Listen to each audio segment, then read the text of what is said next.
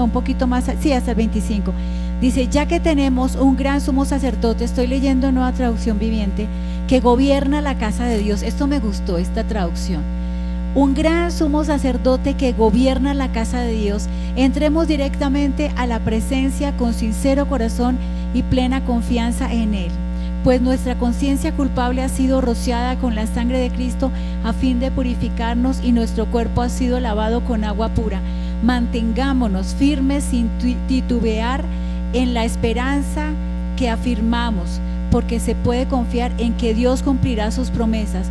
Pensemos en maneras de motivarnos unos a otros a realizar actos de amor y buenas acciones, y no dejemos de congregarnos como lo hacen algunos, sino que animémonos unos a otros, sobre todo ahora que está cerca el día de su regreso. Amén. Y cuando estaba mirando otra versión dice, mantengámonos firmes sin fluctuar, y estaba buscando qué significa mantenerse firme y sin fluctuar.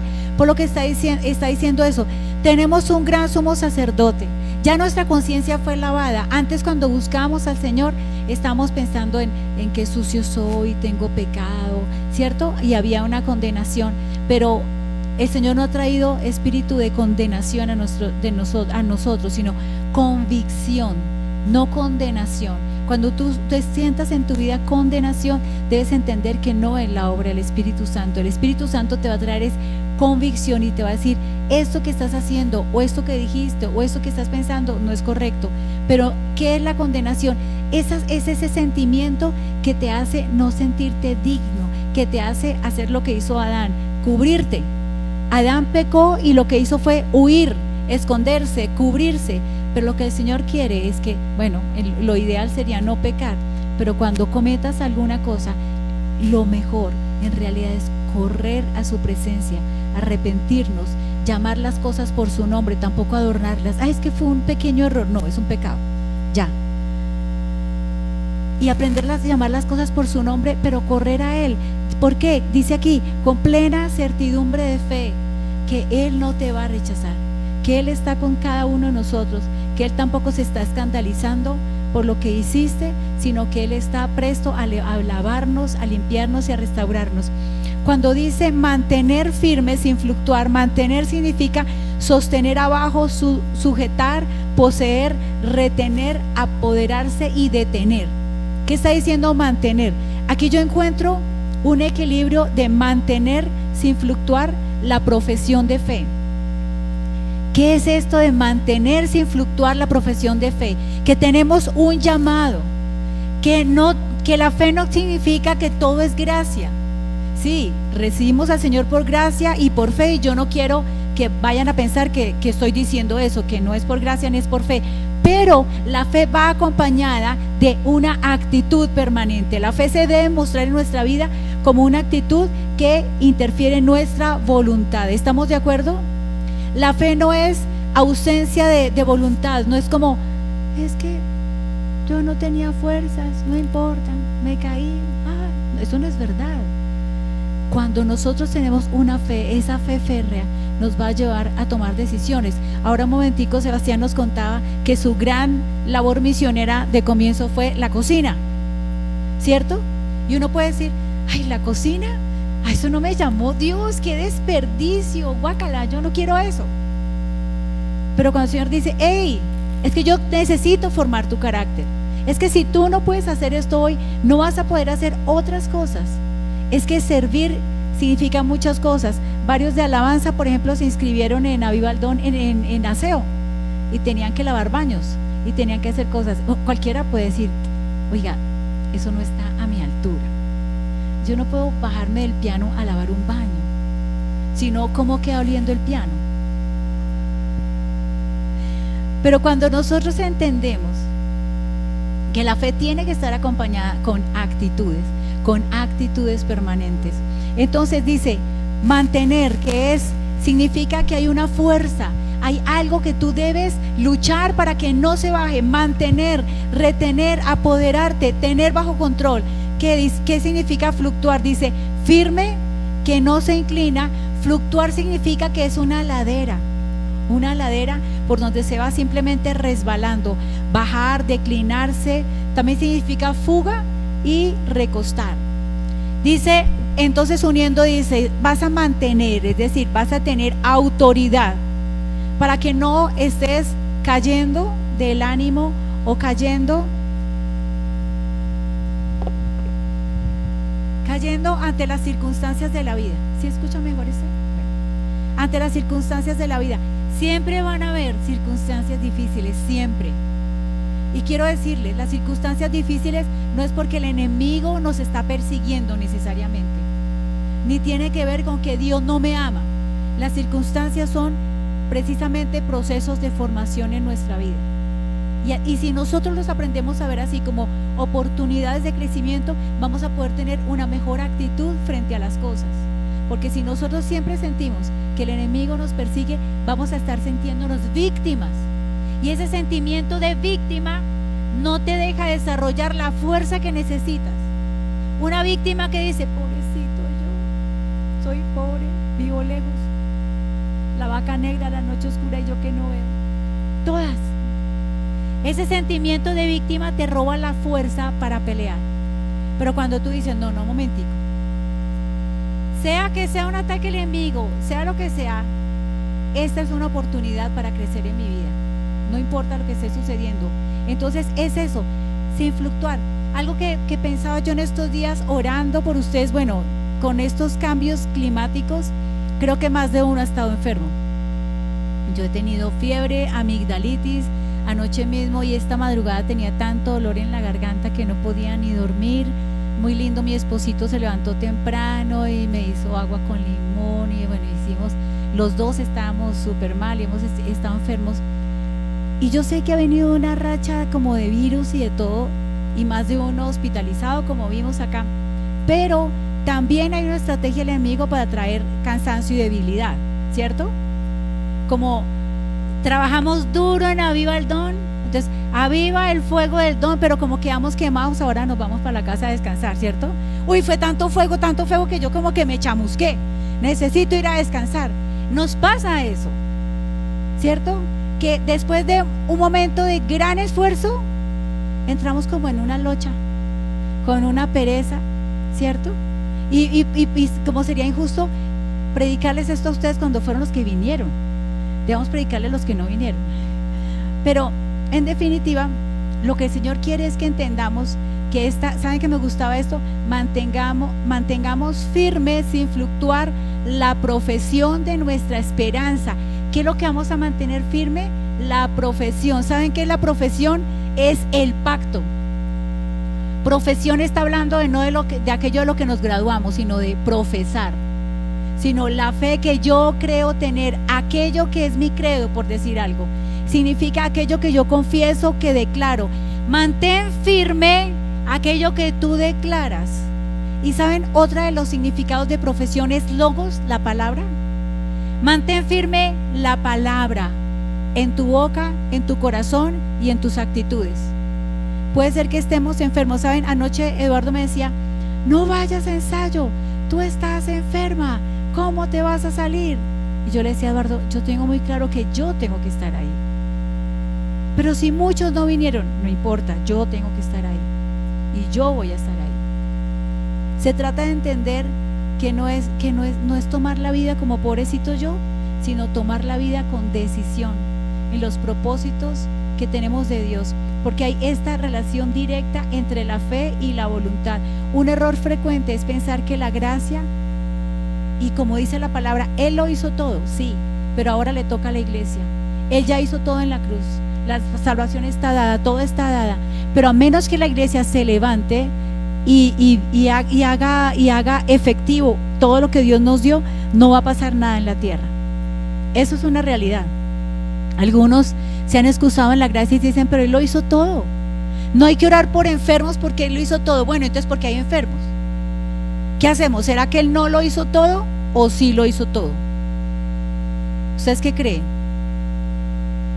Él lo hizo todo, pero la fe baja lo que en la cruz fue ganado. Es como tener un dinero en el banco, pero a menos que tú gires el cheque o vayas al cajero, el dinero se queda allí. O sea, bien por ti o bien por el banco, más bien, que lo va a seguir usando. Pero si nosotros no vamos al cajero, y la fe es eso, la tarjeta es como es esto que tú crees y bajas del cielo lo que Jesús ganó. Así es, ese es el asunto. Por eso oramos por los enfermos, no es porque Jesús no lo hizo todo, es porque necesitamos bajar del cielo todo esto que Él ya ganó, y esto es muy, muy, muy importante. Entonces, otra de las cosas que tiene que ver con el sueño de Natalia, que el Señor me decía que compartiera, gratuito no es barato. El Señor nos dio todo gratis, pero no nos dio gratis porque fuera barato. Y a veces tenemos esa idea de que gratis y barato es lo mismo, y eso a veces nos hace pensar que entonces al Señor no le costó nada. Y fíjense el testimonio tan lindo de Joel, que dice que mientras cantamos la canción del Cordero y del León, vio a Jesús en la cruz, y que se vio él también en la cruz, y que Jesús le decía: a ti no te duele, ¿verdad? Y Joel decía: no, a mí no me duele. Dice: a mí sí me está doliendo, pero a mí me está doliendo para que tú y tus hermanos sean obedientes. Y le dijo: dile a tu papá. Y él dice que corrió a llamar y hablar con su papá para decirle: a Jesús sí le dolió, a mí no me dolió la cruz, pero me dijo que fuera obediente. Entonces, qué lindo, porque si a ti no te duele, no significa que a Él no le dolió. Al Señor sí le dolió, dio cada gota de su sangre. Pero ¿por qué es gratis? Porque nosotros jamás lo podríamos comprar. Él no lo regaló, porque no podríamos nunca comprar esto. Y eso es importante que lo tengamos en cuenta, para que nosotros valoremos la sangre de Cristo, que valoremos cada cosa que Él hace en nuestra vida, que no perdamos ese sentimiento de sorpresa, de asombro, de alegría, de gozo, de gratitud ante cada cosa que Él hace en nuestra vida. Porque a veces lo damos por hecho, simplemente: sí, pues sí, Él lo hizo. Y nosotros no sabemos lo que a Él le costó, lo difícil que fue. Viene el tiempo donde las fuerzas espirituales, escuchen, esto es profético, viene el tiempo donde las fuerzas espirituales se están alineando. Antes estaba como confundido, no se sabía que lo bueno, si era bueno, lo malo, como que todo estaba muy revuelto. Pero se han dado cuenta por las noticias que todo se está alineando. ¿Se están dando cuenta? Como que los malos están decidiendo ser malos de frente, y entonces hacen invocaciones, se hace una cantidad de cosas y lo sacan por la prensa. Y mientras estaban en el Congreso haciendo todo esto de la JEP, estaban afuera haciendo, ¿cómo era que decían ellos? Eran muestras autóctonas, y en realidad estaban haciendo brujería de frente. Lo malo se está llamando malo, y a nosotros no nos puede dar vergüenza el evangelio en el que creemos. No nos puede dar vergüenza la fe, porque si tú te avergüenzas de aquí, el Señor se va a avergonzar de ti allá. Eso dice la palabra. No nos puede dar vergüenza. Tenemos que afirmarnos y entender que eso es lo normal. Lo normal es que el mundo esté peleando por establecer el reino, y Satanás con el mundo, pero nosotros pertenecemos a otro reino. ¿Cuál fue nuestro lema este año? Resplandece. ¿Y cuándo resplandecemos? Cuando hay más oscuridad. Para resplandecer tú no necesitas que te prendan toda la luz, al contrario, entre más las apaguen, más se ve. Si este es un año para resplandecer, y empieza un tiempo, porque no solamente es el año, sino un tiempo para resplandecer, significa que más oscuridad va a haber, y es donde necesitamos estar más firmes. Entonces, la carrera de la fe debe ser corrida con paciencia. Miren lo que dice la palabra en 2 Corintios 4:7. Decía Pablo al final: he peleado la buena batalla, he acabado la carrera, he guardado la fe. Vamos a meditar. He peleado ¿la qué? ¿Qué más dice? He peleado la buena batalla. ¿Qué más? ¿Qué más? A ver. Oiga, no puedo creer que tengamos memoria de pollo. De nuevo. He peleado, he acabado, he guardado. ¿Saben que un psicólogo de apellido Clinton hizo como un estudio, y él decía que como solamente el 35% de los personajes de la Biblia realmente cumplieron su propósito a cabalidad? El primero de todos, Jesús. Porque es que podemos podemos terminar la carrera, pero terminarla con muchos baches, y terminarla y al final del día estarla terminando pero sin haber cumplido realmente el propósito de Dios. Y él dice, he peleado la buena batalla. No dice he peleado con mis hermanos en la batalla, dice he peleado la buena batalla. Y él está hablando, se trata de la fe. La fe siempre va a tener batalla, siempre va a tener un cambio, pero todo cambio, para establecerlo, va a necesitar de nosotros ¿qué? Fuerza, decisión, determinación. Pase lo que pase, cueste lo que cueste. He acabado la carrera. ¿Qué pasará cuando tú y yo acabemos la carrera? Ustedes son como los niños en el colegio que les gusta llegar con la tarea completa. ¿Se acuerdan cuando nuestros niños, o cuando fuimos niños, que nos entraba un sentido de culpa terrible, o sea, casi nos enfermamos si nos tocaba ir al colegio y no habíamos terminado la carrera? ¿Se acuerdan? Que no teníamos la tarea y unos, ¿qué sentían ustedes? ¿Como frescura?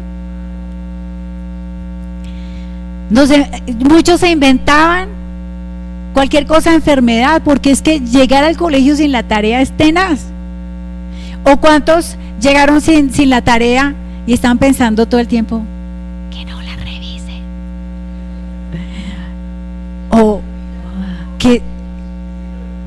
que se le olvide al profe, que se le olvide al profe revisar la tarea, o que se la revise al de al lado y a mí no.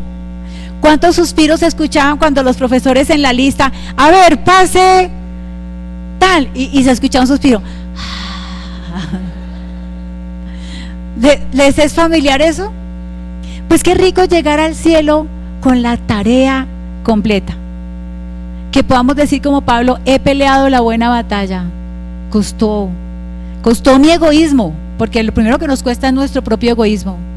Costó mi terquedad, costó mis caprichos, pero peleé la buena batalla.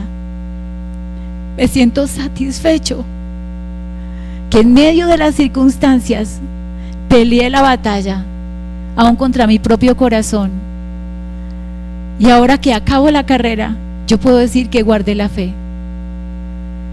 Los que llevamos mucho tiempo en el Señor podemos recordar a tantos y tantos con lindo corazón que comenzaron con nosotros, pero que hoy en día no caminan con Dios.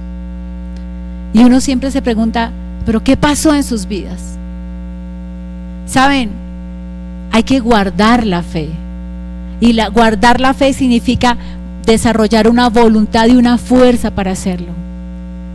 Y significa tener coherencia en nuestro corazón, coherencia entre la verdad del corazón y lo que hablamos. Salmo 19:14 dice, sean gratos los dichos de mi boca y la meditación de mi corazón delante de ti, oh Jehová, roca mía y redentor mío. Él está diciendo, yo no soy alguien, como muchas veces yo decía, a veces en la alabanza somos como serenateros, cantamos muchas cosas que realmente no vivimos ni sentimos, porque así son los serenateros, cantan, pero ellos no están enamorados de la novia, a ellos les pagaron por cantar. Y cuando termina la serenata, la novia no sale a abrazar a los serenateros, abraza al novio, porque sabe que a los otros les pagaron. Pero el Señor quiere que cuando le cantemos, esto decía David, que los dichos de mi boca, que todo lo que yo estoy cantando sea una verdad de mi corazón. Que cuando tú mires, esta mañana estábamos cantando esta canción que estaba dirigiendo Moni, y decía, tú me conoces bien, tú me conoces bien. Qué lindo que crezcamos para que cada día lo que cantemos sea lo real, lo que hablemos sea lo real, que seamos coherentes ante el mundo también en la profesión de nuestra fe, que cuando la fe sea puesta a prueba salgamos avantes, porque no solamente decimos, sino hacemos lo que decimos. Hay coherencia. Miren, en contraposición a este versículo que encontré me pareció tremendo. Salmo 55:21 dice, los dichos de su boca, está hablando de los no creyentes, los dichos de su boca son más blandos que mantequilla, pero guerra hay en su corazón. Suaviza sus palabras más que el aceite, mas ellas son espadas desnudas. Salmo 55, 21. Se los voy a volver a leer porque yo esta mañana estaba como, ay, ¿cómo es esto? Los dichos de su boca, Salmo 55, 21, son más blandos que mantequilla. ¿Qué quiere decir? Que fácilmente va hablando, como se rueda la mantequilla, dice lo que sea. Pero hay guerra en su corazón. Suaviza sus palabras más que el aceite, mas ellas son espadas desnudas. Qué tremendo, ¿no? Cuando alguien nos habla de una forma tan linda, pero nosotros sabemos que no es verdad, ¿cierto? Pues no seamos así, seamos diferentes. Entonces me hacía una pregunta: ¿cómo mantenernos firmes en la fe, cierto? Yo sé que acabamos de terminar el congreso y de verdad quiero felicitar a todos los que trabajaron con tanta excelencia, lo hicieron tan bien, lucharon tanto, les costó trabajo a cada uno. Gracias por el trabajo que hicieron, pero mantengamos firmes en la fe. No, tenemos que vivir de gloria en gloria, de victoria en victoria.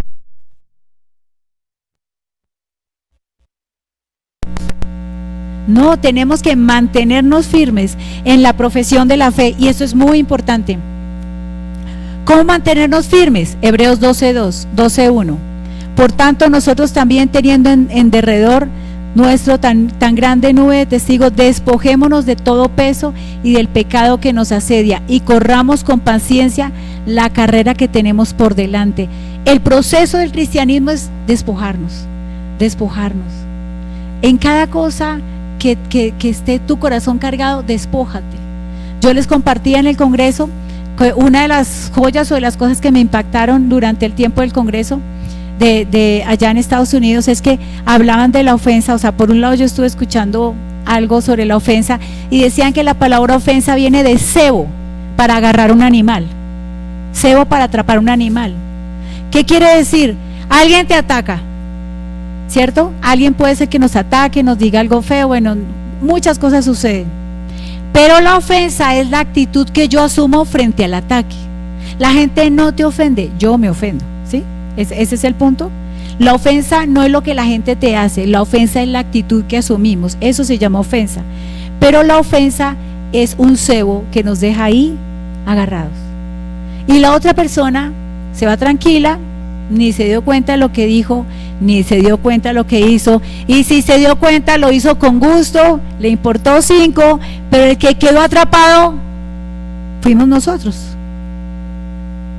Tal vez esa persona jamás se dé cuenta o le importe lo que hizo, pero el que quedó ahí rumiando y amargado fuimos nosotros.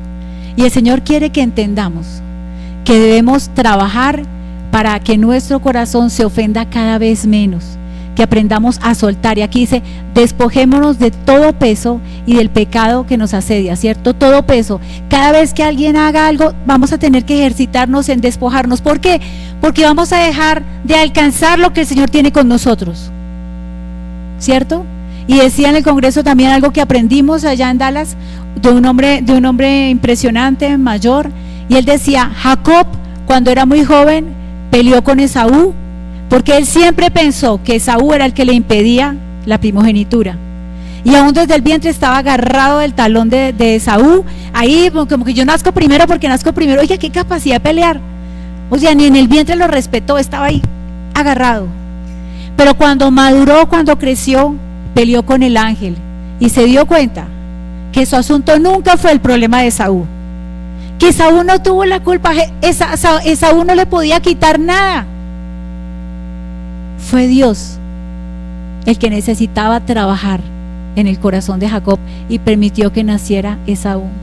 Que lo que Dios te va a dar a ti no te lo quita nadie más que tu propio corazón, que no tienes que estar compitiendo con nadie. Tú disfruta feliz lo que Dios te ha dado, disfruta los tiempos de Dios. Dice: humíllese en la presencia del Señor y Él se exaltará cuando fuere tiempo. Decíamos que el problema para nosotros es ese: cuando fuere tiempo. O sea, todo iba tan lindo, humíllese y Él se exaltará. Ah, bueno, listo, pero ese cuando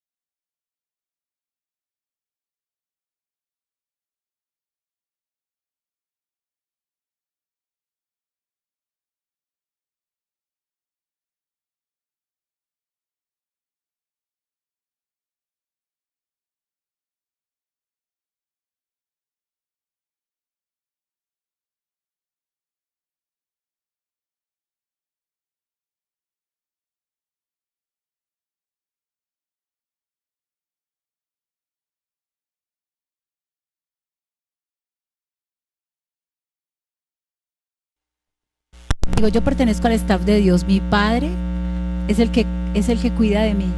Tengo la absoluta certeza, miren, la absoluta certeza que nada va a suceder, uno, que Él no esté conmigo, y segundo, que no sea necesario para lo que Él considere que sea necesario. Ni siquiera me tiene que explicar para qué fue necesario. Simplemente Él va a estar con nosotros y es necesario, porque Él no va a dejar que un hijo suyo pase por algo que no sea necesario, y algo vamos a estar aprendiendo de cada circunstancia de nuestra vida. Entonces, mantén los ojos en Jesús, mantén los ojos en Jesús. Luego, tercero, mantener el mismo espíritu de fe. Sí, hay un espíritu de fe en contra del temor. Hay un espíritu de fe. Dice en 2 Corintios 4:13, pero teniendo el mismo espíritu de fe, conforme a lo que está escrito, creí, por lo cual hablé. Nosotros también creemos, por lo cual también hablamos. ¿Cómo les parece? Mantener el espíritu de fe es mantenerte parado en la palabra de Dios. En la palabra, una parte de la que Dios te ha dicho a ti, pero también la palabra de Dios tiene que ver con la misma palabra de Dios, el logos, el que está escrito. ¿Qué dice Dios con respecto a lo que dice el mundo? Y también lo que viví hace años, cuando el Señor me dio una palabra en oración y me dijo: daré vigor a tus huesos. ¿Ustedes qué creen? Yo empecé a estudiar sobre el vigor de los huesos y dije: Señor, querrá que yo predique sobre eso. No, en unos días me estaba atropellando un carro, y lo primero que me dijo, lo que me dijeron los paramédicos y luego la doctora en la clínica y todo: tiene el hueso partido. Y en el instante escuché: ¿no será quebrado ninguno de tus huesos? Y yo le decía: no, no está quebrado. Pero señora, mire lo que está quebrado. Pero no está quebrado. Pero no lo ve. Yo sí lo veo, pero no está quebrado. Y me hicieron una radiografía, y ¿qué creen? No estaba quebrado. Pero luego vino la infección y me tenían que amputar la pierna. Y yo dije: ok, si no se va a quebrar, mucho menos la van a amputar. Y 4 médicos seguidos me vinieron ahí en urgencias a decir: firme, porque necesitamos amputarle la pierna. Firme para llevarlo a otra clínica para que le corten la pierna.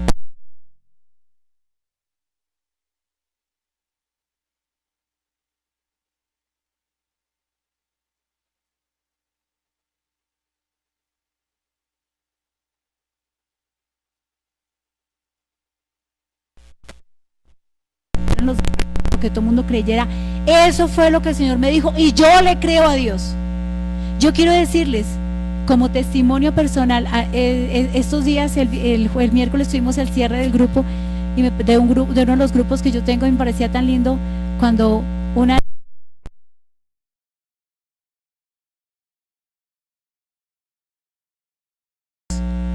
me acuerdo los testimonios de Liz y digo: no, tiene que ser real.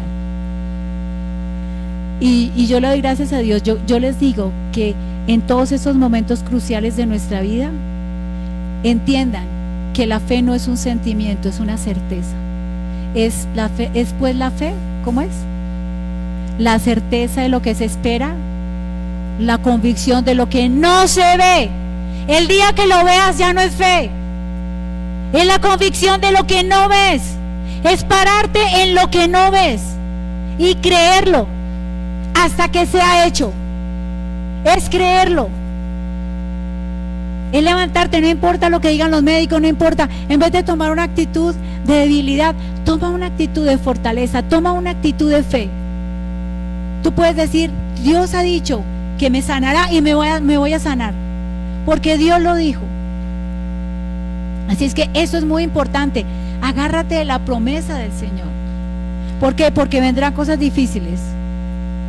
Vendrán cosas muy difíciles para la tierra, pero Dios no ha fluctuado ni ha cambiado en lo que te prometió. Y eso es bien importante, porque dice la palabra en Hebreos 11:6: pero sin fe es imposible agradar a Dios, porque es necesario que el que se acerca a Dios crea que le hay y que es galardonador de los que le buscan. Literalmente dice: el que paga salario. Tú te acercaste a Dios, cree que lo hay, que Él no te va a faltar, que Él nunca va a estar lejos de ti, que el que se acerca cree que Él está allí, aunque a veces te parezca que no está, sí está. Entiende que la fe y la voluntad sí van de la mano.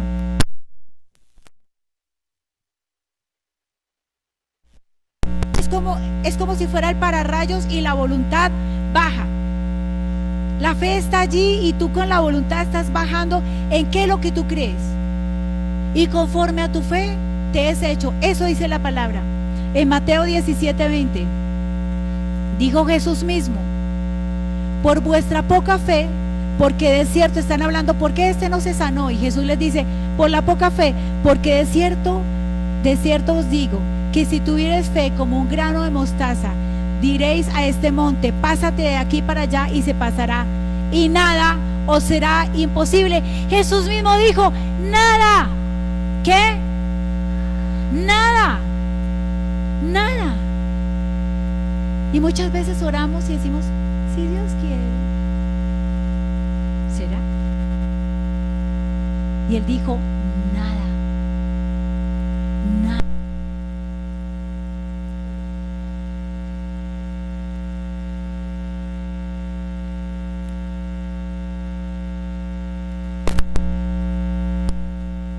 Y que Él es experto en dejarnos con la boca abierta.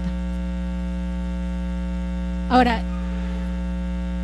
yo quisiera ser de aquellos que dejen con la boca abierta al Señor, ¿cierto? Porque Él nos deja con la boca abierta todo el tiempo. Pero ¿qué de aquellos que dejaron al mismo Jesús como con la boca abierta? ¿De quién estoy hablando? De gente que fue atrevida en su fe.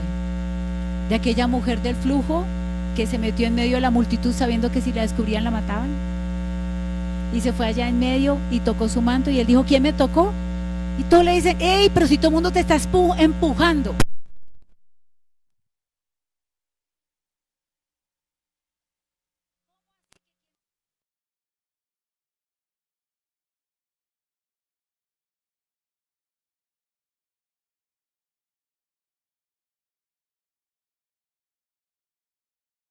Y yo quisiera ser de esos que lo tocan y no que lo empujan, y que lo tocan con fe. O aquella mujer cananea que su hija estaba enferma y viene a rogar por la sanidad, y el Señor le dice algo que para uno es muy fuerte, y Él le dice: el pan es la sanidad de los hijos, y tú no eres hijo, y no de los perrillos. Y esa palabra es muy dura, por lo menos en la traducción que nos llega a nosotros. Seguro estoy que el Señor no está queriendo menospreciarla, solamente está diciendo: tú no eres del pueblo de Dios, este pan no es para ti. Y ella le dice: sí, pero aún los perrillos comen de las migas que caen de la mesa. Y Él dijo: grande es tu fe. Aparentemente había recibido menos, pero ella sabía en el fondo quién era Jesús, y ella sabía que seguro, así fuera una miga de pan, iba a traer sanidad a su hija. Y nosotros con cualquier cosa estamos dudando, con cualquier cosa estamos pensando: no sé, si no tenemos toda la plata que necesitamos, o qué sé yo, cualquier cosa ya estamos dudando de Dios. ¿Ustedes quieren ser también de aquellos que lo asombran? Dejen el chisme allá, tranquilo, está haciendo algo allá. No, es que estoy hablando yo acá y todos están mirando para allá. ¿Saben? Yo he pensado en eso, en aquellos que asombraron al Señor. Aférrate a la palabra. Dice en Romanos 4:18: Él creyó en esperanza contra esperanza para llegar a ser padre de muchas gentes, conforme a lo que se le había dicho: así será tu descendencia. Abraham, está hablando Abraham, ya no tenía la edad, y su esposa menos para ser papás. Ahí eso fue esperanza contra esperanza. Dijo: ya, ella fue estéril cuando podía, era estéril, y ahora pues menos puede, y a lo mejor ni tenemos fuerza para intentarlo. Estaba complicado el asunto, pero él creyó en esperanza contra esperanza. Y yo pienso que ese es un tiempo donde la iglesia se va a levantar como un pueblo de esperanza contra esperanza. que la iglesia necesita levantarse. Así como se están alineando las fuerzas espirituales, necesitamos alinearnos como un pueblo de esperanza contra esperanza, como un pueblo que se levanta para creer contra todo pronóstico. Si Él lo dijo, Él lo hará y se acabó. Porque Él es fiel, el que ha prometido. Y quiero terminar con 3 cosas que primero dijimos cómo hacer, y en eso cómo hacer, primero dijimos despojarnos. Segundo, mantén la mirada en Jesús. Tercero, mantén un espíritu de fe. Y cuarto, aferrarte a la palabra. Créelo. Tú no tienes que producir nada, tú solamente tienes que creer y ya. Y tal vez esa es la cuestión del asunto, el y ya. Entre el creer y ya hay un lapso,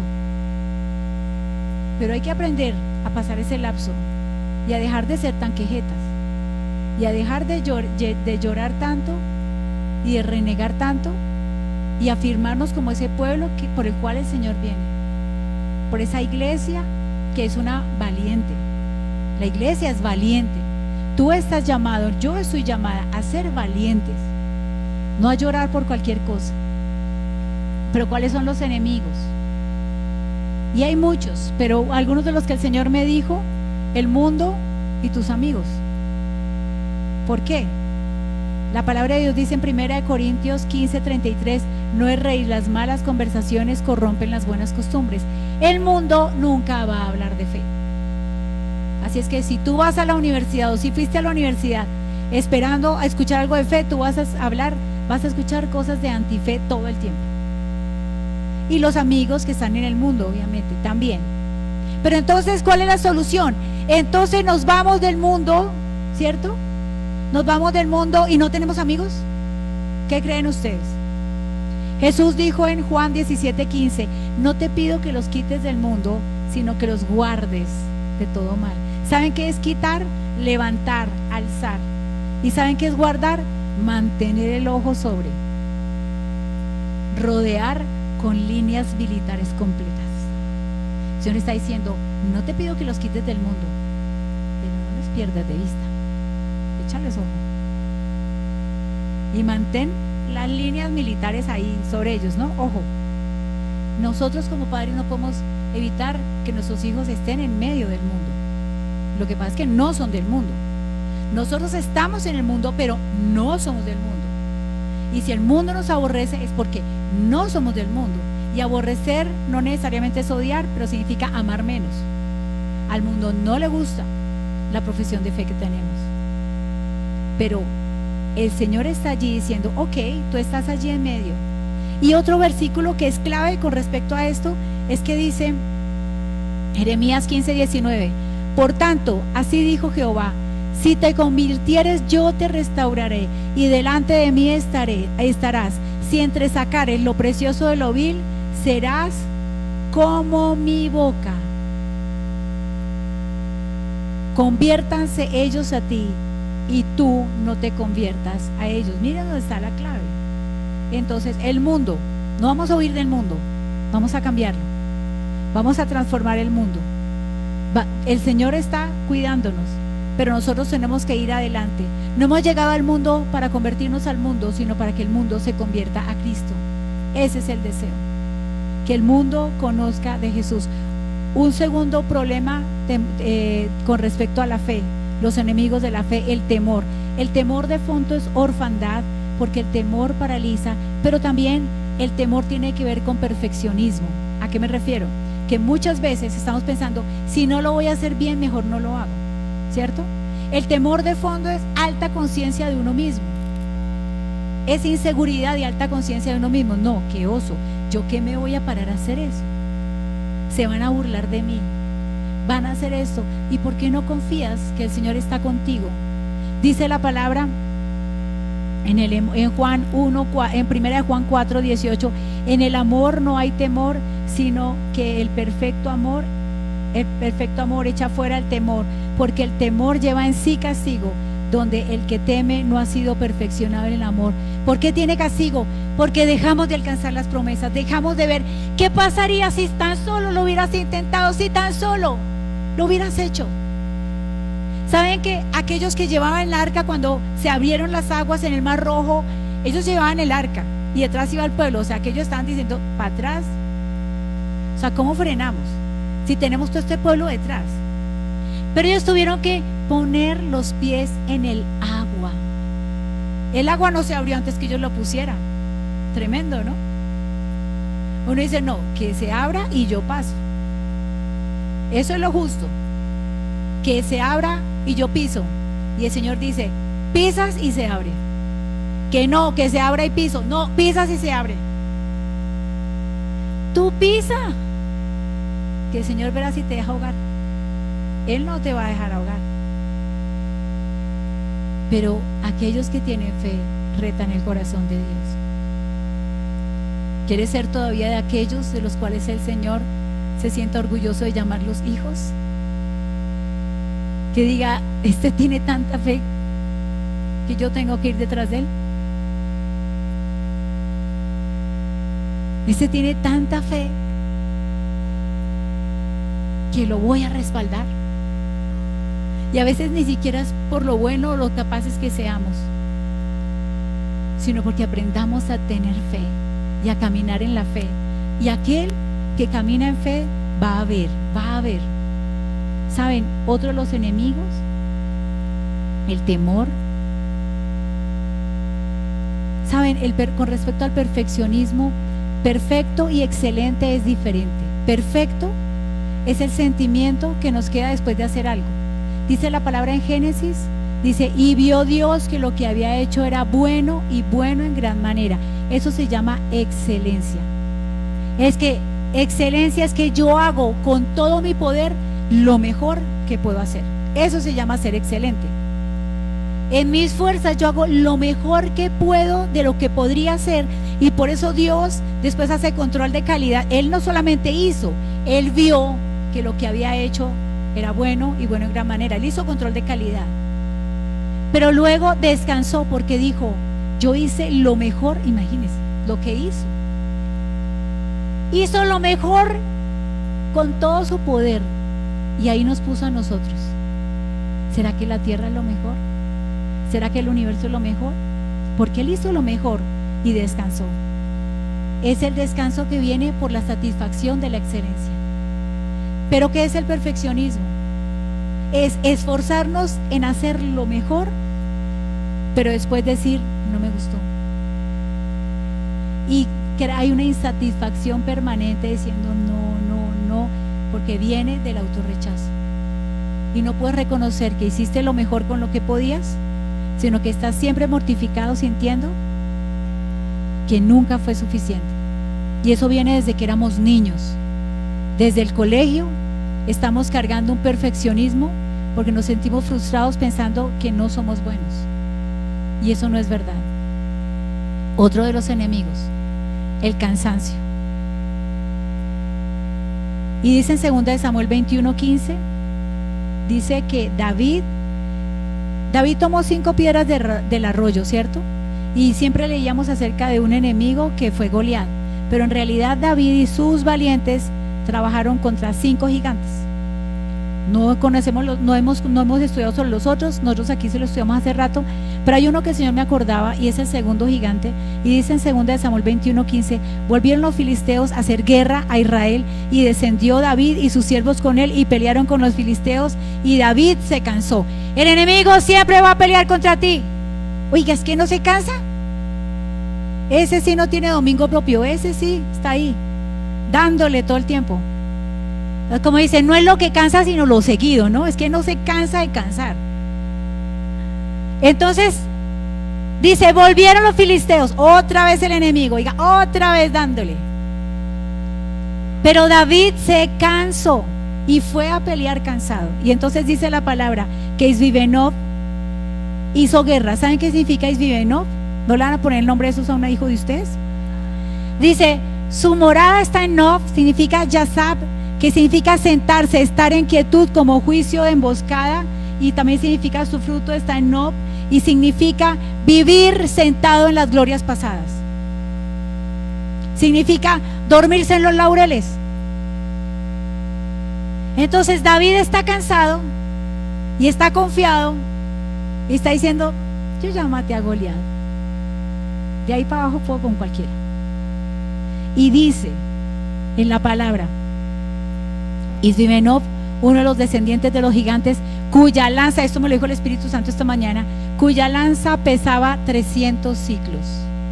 Yo tengo una lanza, dice el enemigo, que pesa igual que tus 300 guerreros. Y esta era una espada nueva. Yo siempre tendré una estrategia nueva contra ti. ¿Y qué? Tú estás cansadito, yo tengo espadas para estrenar. Y dice que vino contra él. Dice: más Abisai, hijo de Sarbia. Abisai significa obsequio del Padre y es símbolo del Espíritu Santo, del ayudador. Dice: más Abisai, este Espíritu Santo, llegó en su ayuda e hirió al filisteo y lo mató. Entonces los hombres de David le juraron diciendo: nunca más de aquí en adelante saldrás con nosotros a la batalla, no sea que apagues la lámpara de Israel.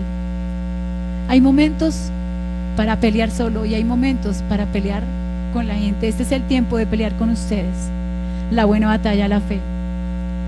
Y allí los valientes de David, este hombre que habla del Espíritu Santo, de ser renovados. ¿Estás cansado? Después del congreso, ven y déjate renovar por el Espíritu Santo. Déjate renovar, métete un rato a solas con Él, pero no dejes mucho espacio. No dejes mucho espacio. El Espíritu Santo nos renueva de día en día, y hay batallas. Cuando cumplimos los 20 años este año, Dios nos dijo: ahora van a haber batallas que no van a pelear ustedes. El Señor nos dijo: los siguientes 20 años, es decir, ya comenzaron, muchas de las batallas las van a pelear, son los que pelean con ustedes, como los Abisai. ¿Dónde están los Abisai? Los Abisai, que son ayudadores. Y dice que lo hirió y lo mató. Tú tienes, y fíjense esto de la espada de los 300 ciclos. Eso me lo dijo el Señor esta mañana y yo quedé: wow. Y él solamente trató de matarlo, pero después vinieron los otros y ¡puf!, lo acabaron. Y dijeron que no se apaga la lámpara de Israel. ¿Qué estaban diciendo?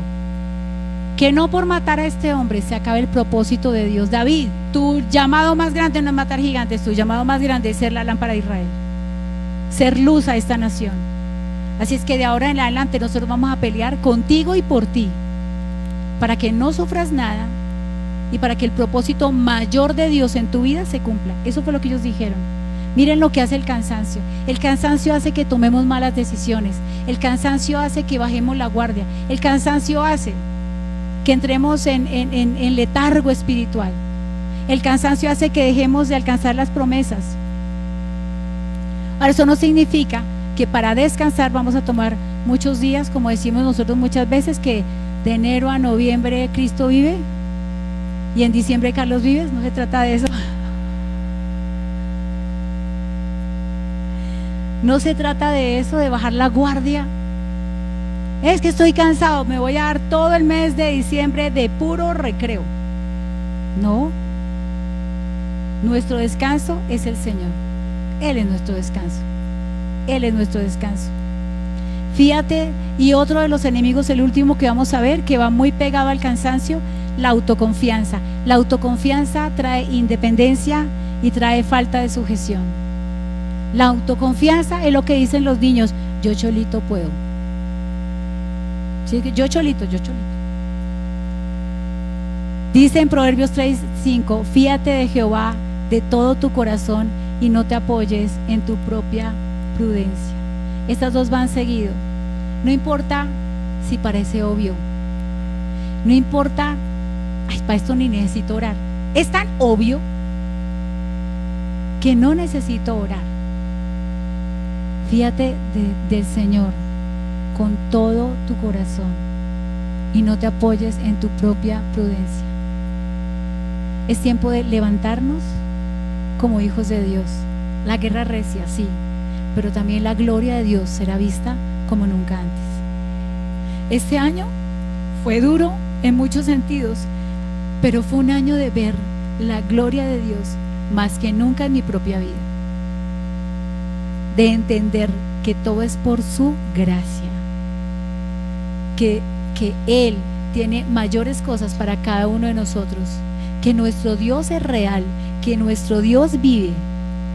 Hace muchos años cuando yo me convertí, bueno, el Señor me llevó a orar por mis compañeras que no han recibido el Espíritu Santo. Yo tampoco oraba en lenguas, pero yo alguna vez escuché a alguien orar como trabado, y yo pregunté ¿qué es eso? Y me dijeron que eso se llama orar en lenguas. Entonces tuvimos retiro, yo estaba en 11, en último año de bachillerato. Entonces yo les dije a mis compañeras: ¿quieren recibir el Espíritu Santo? Y ellas, llenas de fe, me dijeron: si no hay nada más que hacer. Ellas ni sabían yo qué les estaba diciendo, pero cuando yo me fui a parar a imponer las manos, o sea, yo bien atrevida. Creo que una de las ventajas que yo he tenido es que a mí no me da pena. O sea, a mí no me da pena hacer el ridículo, porque yo siempre le digo: Señor, vamos a quedar mal tú y yo, pero más tú que yo, porque en el mundo a ti te conocen y a mí no. Y realmente nunca Él ha quedado mal. Así es que, ¿qué más da? Hazlo. Tal vez no lo harás muy bien la primera vez. Tal vez lo primero que cocinó Sebastián no quedó muy rico, pero estoy segura que después mejoró. Al principio no lo haremos tan bien, pero si perseveramos, veremos la gracia de Dios, y el Señor está viendo. Yo creo que el Señor está desde el cielo, está diciendo: tan lindo, se está atreviendo, se está atreviendo. Como un papá cuando ve a su niño caminar, y eso mucho mandan videos, el niño está caminando, sus primeros pasos no son los mejores, pero son los de la valentía.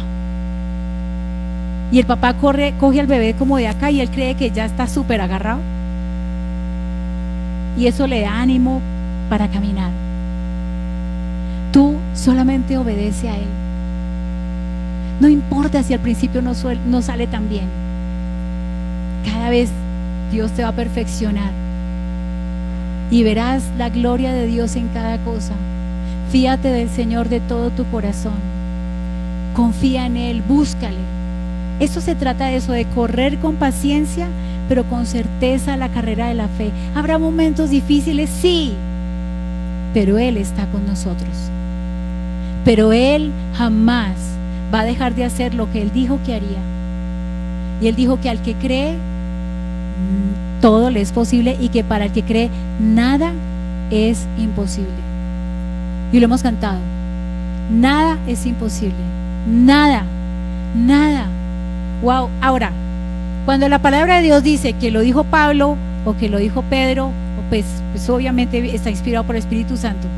Pero para mí, cuando lo dice Jesús, no hay nada más que decir. Lo dijo Jesús. Nada es imposible. Pongámonos en pie. Este es un año como iglesia de pararnos más firme. Este es un año como iglesia de creerle a Dios. ¿Qué te ha prometido Él? Uno, Él no es amnésico. Segundo, Él no es parabrero. Él no promete por prometer.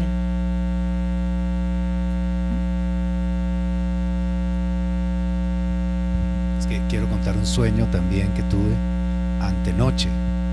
Yo duré toda la noche en una batalla, y cuando me desperté recordé, y lo primero es que estaba batallando contra el sistema espiritual que me fue puesto a mí personalmente para tratar de impedirme alcanzar el propósito en Dios.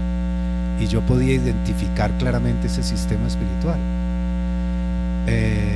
y tenía que vencerlo. Una vez vencí ese sistema espiritual, inmediatamente me fueron mostrados, bajaron unos rollos, y empecé a recibir la revelación de cuáles eran los pasos que continuaban en el ministerio. Y el primero era dar un entrenamiento profético de guerreros a los que eran seleccionados como guerreros para ir adelante en victoria. Entonces empecé a entrenarlos y el entrenamiento era algo nuevo, algo diferente a lo conocido hasta ahora. Y de allí en adelante el Señor me empezó a dar todos los pasos, hasta cumplir como una nueva etapa de un nuevo nivel. Pero en esa etapa lo que recuerdo es que lo que había que tener era una decisión total y una fe total, porque no se podía hacer si no se tenía la fe completa, y si cada uno no vencía su propio sistema espiritual que lo tenía encerrado. Entonces yo entendí claramente que yo mismo tenía que vencer y sobrepasar esas circunstancias o esa situación o ese sistema espiritual que el enemigo trataba de ponerme a mí mismo. Y entendí que cada persona tiene así como tiene una asignación de Dios para su vida, para completar el plan de Dios, también tiene una asignación del enemigo para tratar de frenarlo. Y si nosotros somos débiles, y si nosotros somos como todo lo que estaba enseñando mi esposita hoy, es decir, somos conformes, nos llamamos, nos enfrentamos a Isvivenot, fluctuantes, todo esto, y no vencemos, no vamos a poder salir de un círculo vicioso en nuestra vida, y también vamos a estar, como el versículo que leíste, vamos a estar cayendo, vamos a ser, ¿cómo es la palabra? Fluctuantes. Nos avivamos mucho en Aviva el Don o en cualquier evento, pero después fluctuamos, tropezamos, trastabillamos. Entonces, la importancia de vencer, de pelear y vencer. Aún Jacob peleó contra un ángel, ¿recuerdan? Le fue puesto un ángel y peleó hasta la mañana, hasta vencer. Y este es el tiempo de vencer tu batalla personal contra Isvivenot, ¿sí? ¿Cuál es tu Isvivenot? Ese gigante, porque ahora lo que el Señor le mostró a mi esposita. Recuerden que nuestro ministerio apostólico se llama 300 a las naciones, 300 guerreros, pero hay también una espada nueva que pesa 300 ciclos de plata, y esa es la medida que pone el enemigo para frenarnos en el ministerio y decirnos: sí, yo tengo mi espada de 300 ciclos y no te voy a dejar con esta espada de 300, que es la espada que va en contra de la visión de 300 de ustedes. Y esa es la victoria que estuve peleando toda la noche, la batalla que estuve peleando toda la noche hasta vencer. Yo recuerdo que tenía que pelear muy duro, tenía que pelear muy fuerte y tenía que enfrentarme, porque había una puerta que romper y vencer, y un enemigo que estaba allá, y tenía que derribarlo y pasar adelante. Les pregunto, ustedes también tienen una asignación de una batalla que vencer, y tienen que vencer. No más lágrimas, no más llanto, y es una decisión, y también es una decisión de gracia. No es algo emocional, no es algo del corazón, de las emociones, de los sentimientos, para ponerse a llorar. No es algo tampoco para quedarse caído. Hay muchas circunstancias en nuestra vida que nos derriban, que nos hacen caer, que nos hacen tropezar. En unas personas son unas, en otras personas son otras. Nos hacen tropezar y caer. Y caemos en el emocionalismo, en el sentimentalismo. Estoy mal, estoy caído. No se trata de emociones. Deja las emociones clavadas en la cruz, no más emociones. Ven a un paso de fe. El asunto es de fe, y el asunto es de decisión, y el asunto es de vencer, porque Cristo ya venció. Amén. Es pararte en esa victoria de Cristo. Vamos a orar, porque realmente con la fe se bloquea el temor. La fe no es ausencia de temor, es aprender a bloquear el temor. En realidad no es que estemos pensando: ay, me va a doler, va a pasar, puede suceder. Sí, todo eso puede suceder, puede doler, puede muchas cosas. Pero la fe es tu escudo, donde no significa que no sientas expectación por las cosas que van a venir. Sí sucede, pero uno bloquea por fe. Uno dice: no es lo que Dios ha dicho, y yo veré la gloria de Dios en la tierra de los valientes, de los vivientes, dice la palabra. Vamos a orar. No se les olvide al final que todos tienen que inscribirse a la cena, de verdad, es importante. y ubicarlo de la mesa. Eso es muy importante que lo hagamos juntos, porque es que la cena es el desayuno. No hacer que lleguen en la noche dentro de 8 días, no, es el desayuno a las 9 de la mañana, no. Y nos dejen aquí con los tamales aquí. Oiga, ¿qué pasó que no vinieron? Dentro de 8 días en la mañana con Natalia, también con el pastor Javier necesitamos confirmar. Con el pastor Javier esa inscripción, pero por favor hagámoslo con todo entusiasmo para que todo salga poderoso. Y al final le doy otro anuncio también de la fundación, que no se me olvide. Pero Padre, gracias, porque tú estás fortaleciendo tu iglesia. Tú estás fortaleciendo tu iglesia. Y el Señor me está recordando ahora. ¿Ustedes saben cuál es la sigla? ¿Fe es la sigla de qué elemento? Hierro. La fe es de hierro, pero nuestra fe es de plata y mucho más. Padre, gracias. Yo te pido que tú nos levantes, que por tu espíritu tomamos nosotros la decisión. ¿Cuántos toman la decisión de levantarse? De levantarse de la enfermedad, de levantarse de cualquier situación de conmiseración, pobrecito yo, como sufro en la vida, todo eso, todo lo que ha traído debilidad a tu vida, en el nombre de Jesús. Padre, nosotros sabemos que la guerra recia, y nosotros queremos presentarnos delante tuyo con la ayuda de tu Espíritu Santo, ese Abisaí, ese regalo del Padre, para recibir la gracia y el valor que necesitamos, la fuerza que necesitamos para cumplir el propósito que tenemos por delante, para cumplir el propósito con el cual tú nos llamaste y que tú estás obrando en nosotros, en el nombre de Jesús. En el nombre de Jesús, di conmigo: yo echo fuera toda duda, toda conmiseración, toda debilidad, y me levanto en fe, creyendo que el que comenzó la buena obra la terminará, creyendo que tú eres fiel y justo para perdonarnos, creyendo que aunque cayéremos siempre nos levantarás, creyendo que tú no me sacaste del mundo, pero me tienes el ojo puesto y me estás guardando, y todo saldrá bien en el nombre de Jesús. Abraza a tu hermano y dile: todo va a salir bien. Lindita, ven para el anuncio de... Ustedes saben que Linda, Paola, Carlitos, bueno, aquí está ella. Buenas tardes. Bueno, nosotros tenemos la celebración para nuestros niños de la fundación después del desayuno, o sea, dentro de 15 días. Queríamos, con la autorización de nuestros pastores, saber si ustedes nos pueden colaborar con alguna ofrenda dentro de 8 días, una ofrenda especial para la fundación, ¿sí? O sea, aparte de la ofrenda para el Señor en este lugar, una ofrenda especial en un sobrecito para poder celebrarle a nuestros niños pues el fin de año.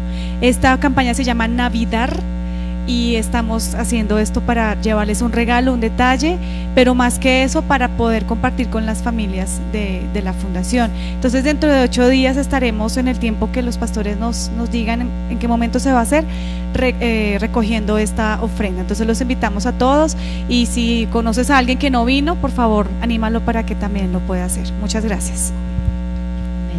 Y Albita, siento el Espíritu, Albita, Alba Cecilia, confesar sobre ti. El Señor me dice la palabra donde dice: Jehová te pastoreará siempre, y las sequías saciará tu alma y dará vigor a tus huesos. Declaro el vigor en tus huesos en el nombre de Jesús. Declaro que tu alma también es fortalecida. Dará vigor a tus huesos y saciará tu alma, y que todo temor, toda sensación de debilidad se va ahora en el nombre de Jesús, y viene la fe de Dios para juntar tus huesos, para sanar tus huesos y para traerte una restauración sobrenatural en el nombre de Jesús. Amén. Y en el desayuno vamos a tener obra de teatro, vamos a tener presentación de coro, vamos a tener a los bardos de la corona, vamos a tener a los niños cantando. Va a ser maravilloso, no te lo pierdas, que va a ser una enorme bendición. Amén. Las personas del coro, por favor, vengan aquí un momentico. Gracias.